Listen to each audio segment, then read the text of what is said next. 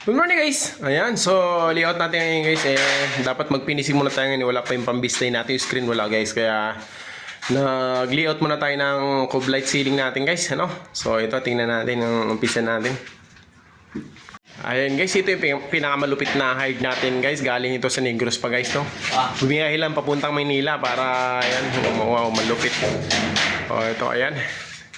So pinaglalaroan kami guys. Ayan, ito na ang unang layout namin guys sa cove light.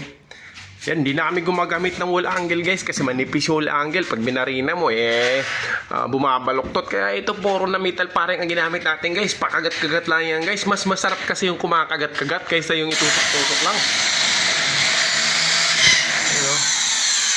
Mas maganda yung may kagat guys bago yung tusok-tusok. Pag puro kagat lang, walang tusok guys. Pangit yun. Ayan, ito na, 20-20 lang guys. Kasi medyo maliit na yung bahay. Pag nilakihan natin, medyo parang pangit na.